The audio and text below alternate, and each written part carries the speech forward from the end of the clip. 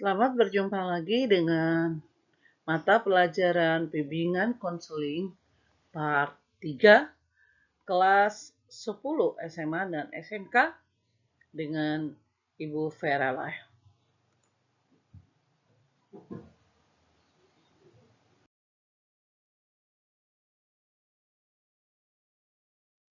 Pada kali ini kita akan belajar tentang konsep diri.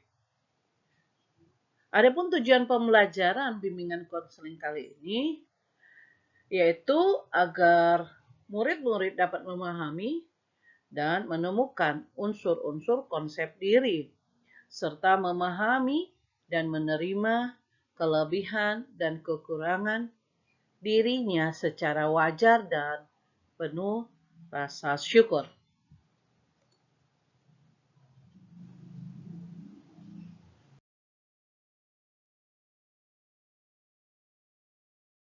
Apersepsi.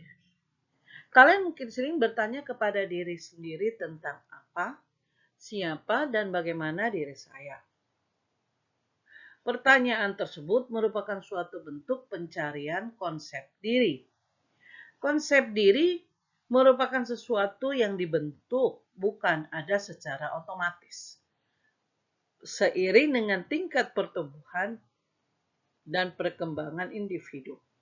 Oleh karenanya, pembentukan konsep diri berkaitan erat dengan lingkungan di mana individu hidup dan beraktivitas. Dengan kata lain, lingkungan berpengaruh besar terhadap pembentukan konsep diri. Pandangan tentang diri sendiri yang sudah berkembang pada masa anak-anak makin menguat pada masa remaja. Remaja adalah pribadi yang sedang berkembang menuju kematangan diri atau menuju kepada kedewasaan. Untuk itu, remaja perlu membekali diri dengan pandangan yang benar tentang konsep diri. Remaja perlu menjadi diri yang memiliki konsep diri positif.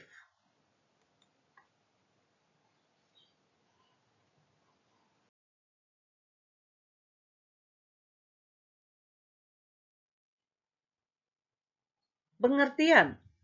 Kali ini kita akan belajar dari beberapa penulis buku tentang konsep diri. Apa sih yang dimaksud dengan konsep diri?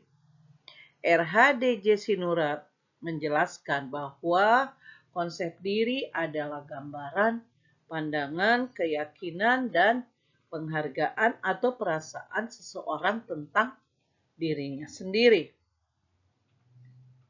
Yang kedua, menurut penulis yang kedua, konsep diri adalah penghargaan diri, nilai diri, atau penerimaan diri. Konsep diri meliputi semua kekayaan dan penilaian tentang diri sendiri. Hal ini akan menentukan siapa kita dalam kenyataan, tetapi juga menentukan siapa kita menurut pikiran sendiri. Apa yang dapat kita lakukan menurut pikiran sendiri, dan menjadi apa menurut pikiran sendiri. Itu menurut Burns. Lalu menurut Mulyana, konsep diri adalah pandangan individu mengenai siapa diri individu. Dan itu bisa diperoleh lewat informasi yang diberikan orang lain pada diri individu.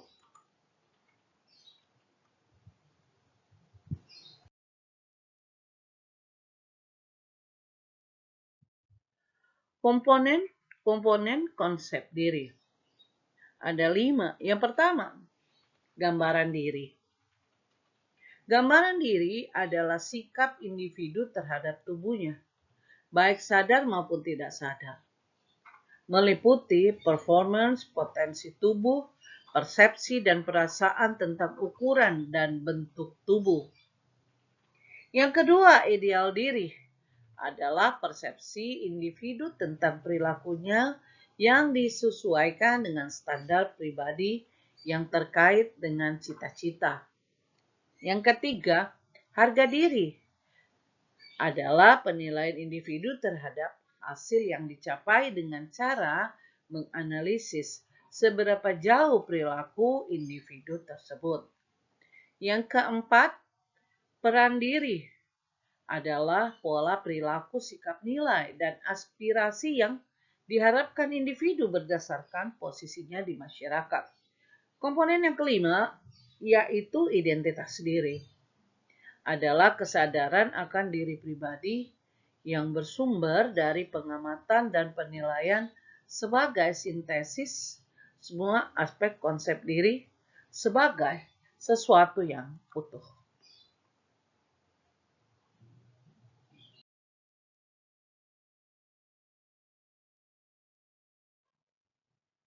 Melihat konsep diri dari 4 sudut pandang. Sudut pandang yang pertama, konsep diri positif atau tinggi dan konsep diri negatif atau rendah. Yang kedua, konsep diri fisik dan konsep diri sosial. Sudut pandang ini membedakan pandangan diri kita sendiri atas pribadi kita dan pandangan masyarakat atas pribadi kita. Yang ketiga, konsep diri emosional dan konsep diri akademis. Dengan sudut pandang ini, kita bisa membedakan pandangan diri sendiri yang dipengaruhi oleh perasaan atau faktor psikologis dan yang secara ilmiah bisa dibuktikan. Yang keempat, konsep diri real dan konsep diri ideal. Sudut pandang ini membedakan diri kita yang nyata atau sebenarnya dan yang kita cita-citakan.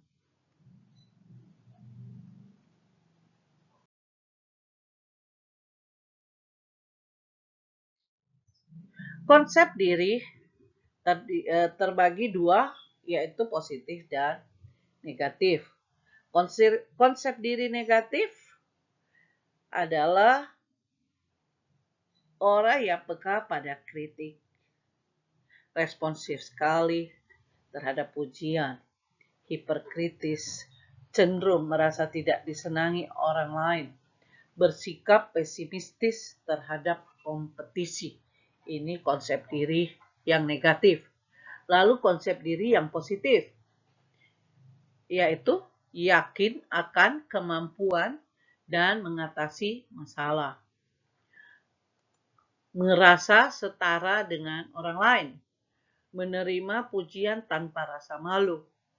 Sadar setiap keinginan dan perilaku tidak selalu disetujui masyarakat. Yang terakhir, mampu memperbaiki diri.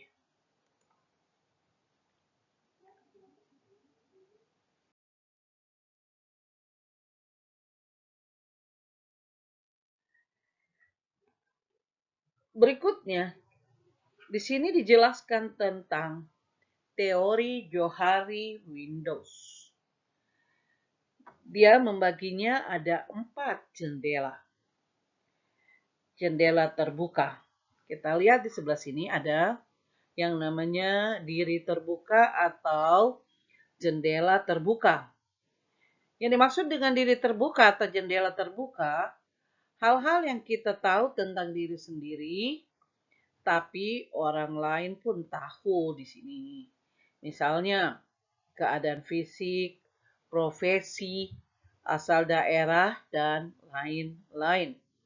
Lalu, kita lihat di sini diri buta. Maksudnya ini jendela yang tertutup. Jendela buta. Jendela buta, di sini dijelaskan hal-hal yang kita tidak tahu tentang diri sendiri tapi orang lain tahu. Misalnya, hal-hal yang bernilai positif dan negatif pada kepribadian kita. Lalu di sini ada namanya diri tersembunyi atau rahasia. Yang dikatakan di sini adalah jendela yang tertutup. Ini jendela tertutup. Cirinya, hal-hal mengenai diri kita yang kita tahu tapi orang lain tidak tahu. Misalnya, isi perasaan, pendapat, kebiasaan tidur, dan sebagainya. Lalu jendela yang keempat disebut diri gelap atau jendela gelap. Di sini menjelaskan tentang hal-hal mengenai diri kita. Tapi kita sendiri maupun orang lain tidak tahu. Ini adalah wilayah misteri dalam kehidupan. Jika kita ingin benar-benar mengetahui siapa diri kita, maka kita harus bisa membuka jendela tersebut selebar mungkin. Karena semakin kita membuka lebar jendela ini, maka kita akan semakin mengerti siapa diri kita.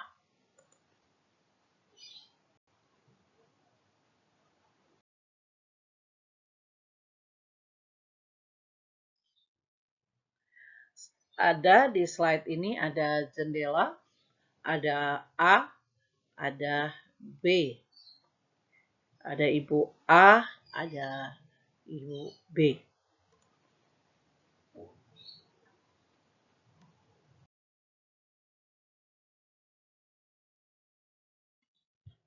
Di sini dijelaskan yang A tadi adalah individu yang kurang memahami diri sendiri.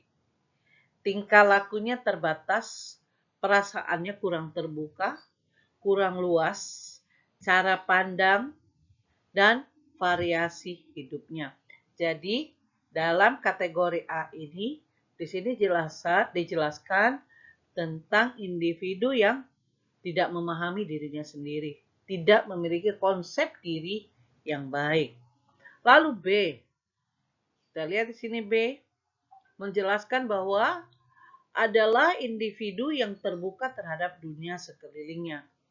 Potensi diri disadari, perasaan dan pikirannya terbuka untuk pengalaman-pengalaman hidup yang menyedihkan dan menyenangkan, pekerjaan dan sebagainya. Ia lebih spontan dan bersikap jujur dan apa adanya pada orang lain. Inilah konsep diri bagian B.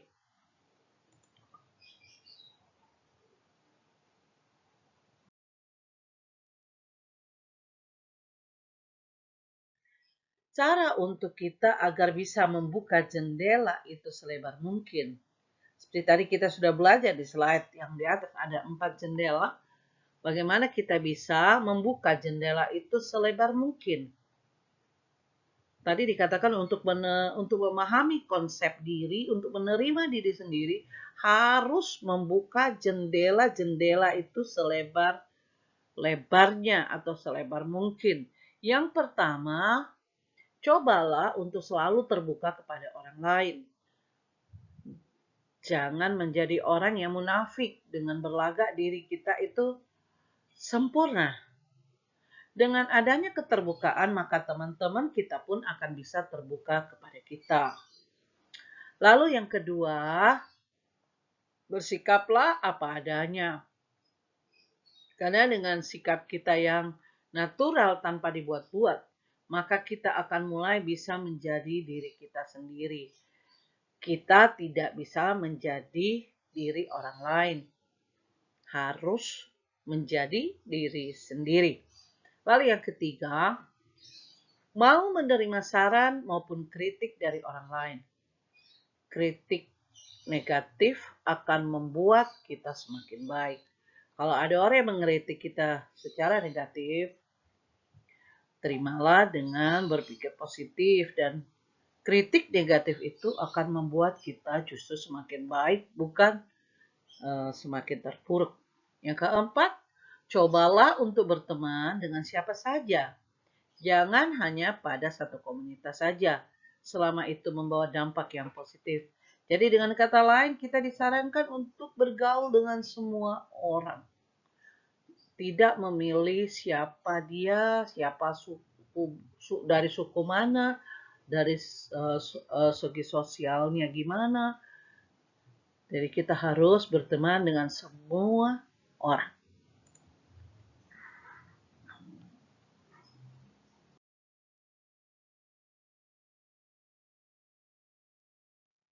Di slide ini ada pertanyaan-pertanyaan, ada kegiatan yang harus kalian isi. Temanya Who am I?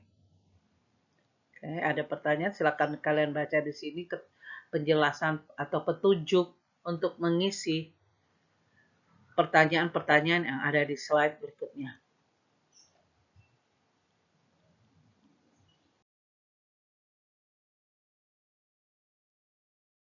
Oke, ini dia pertanyaan-pertanyaan yang harus kalian isi. Oke, contohnya, saya adalah seorang yang sanggup membuat rencana yang baik di dalam sekolah dan di luar sekolah dalam permainan atau tugas. Apakah ini cocok dengan kepribadian atau konsep dirimu? Kalau misalnya cocok, contreng di angka 1. Lalu kalau misalnya agak cocok, dia berarti contreng di angka 2. Kalau tidak cocok dengan konsep diri kamu, contreng di angka 3. Begitu seterusnya, kalian mengisi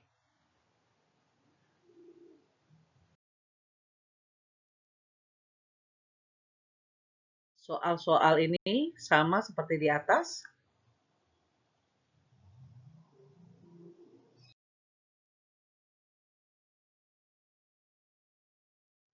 Ya, sampai O kalian harus mengisi, mencontreng apakah cocok, agak cocok, dan tidak cocok.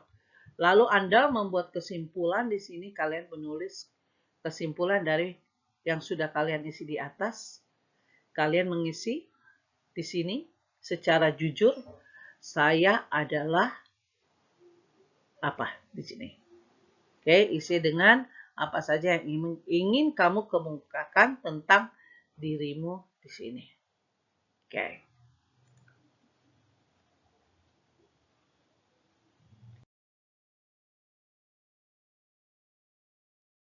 Demikianlah pembelajaran kita pada kesempatan kali ini, belajar tentang konsep diri.